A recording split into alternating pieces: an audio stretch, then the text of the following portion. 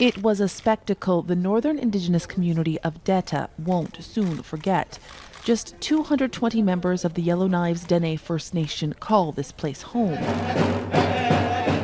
But with the eyes of the world on them, Elder Berna Martin was ready to share her thoughts with the community's distinguished guests.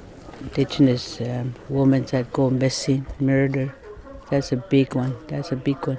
And residential school, that's a big issue too. And we have to deal with it every day. The Prince of Wales and his wife, the Duchess of Cornwall, spent a busy afternoon with Indigenous leaders in Deta and Yellowknife, their third stop in a whirlwind three-city Canadian tour with a focus on reconciliation. When Prince Charles delivered his farewell address, he told the community he had been touched by their stories.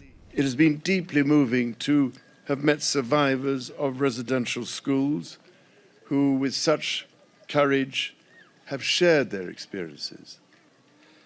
On behalf of my wife and myself, I want to acknowledge their suffering and to say how much our hearts go out to them and their families.